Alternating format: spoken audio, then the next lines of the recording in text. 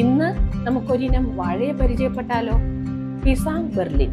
മലേഷ്യയിൽ നിന്ന് കടൽ കടന്ന് ഇന്ത്യയിലെത്തിയ വാഴയാണ് പിസാങ് ബെർലിൻ. മലയൻ വാക്കായ പിസാങ്ങിന് വാഴ എന്നാണ് അർത്ഥമുള്ളത്. അതുകൊണ്ട് തന്നെ മലേഷ്യൻ വാഴകൾക്ക് പേരിന് മുൻപിൽ പിസാങ് എന്ന് ഉപയോഗിക്കുന്നു. ചെറിയ ചവർപ്പോട് കൂടിയ മധുരമാണ് ഈ പഴത്തിന്. മഞ്ഞയും പിങ്കും കലർന്ന പച്ച നിറത്തിലുള്ള വാഴയാണിത്. ഇലകൾക്ക് പിങ്ക് കലർന്ന പച്ചയാണ്.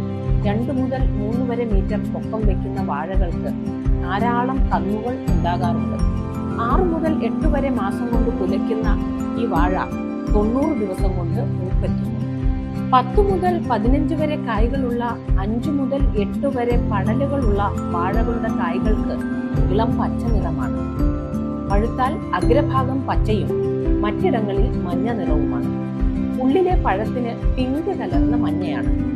കായ്കളുടെ ശരാശരി നീളം 8 സെന്റിമീറ്ററും കുലകളുടെ തൂക്കം 6 മുതൽ 10 വരെ കിലോയുമാണ്. അങ്ങനെ നമ്മുടെ വാഴ ഇനങ്ങളിൽ ഒരു വിയപ്പ് തന്നെയാണ് കേട്ടോ ഈ പിസാങ് ബെർലിൻ. ഈ അറിവ് നിങ്ങൾക്ക്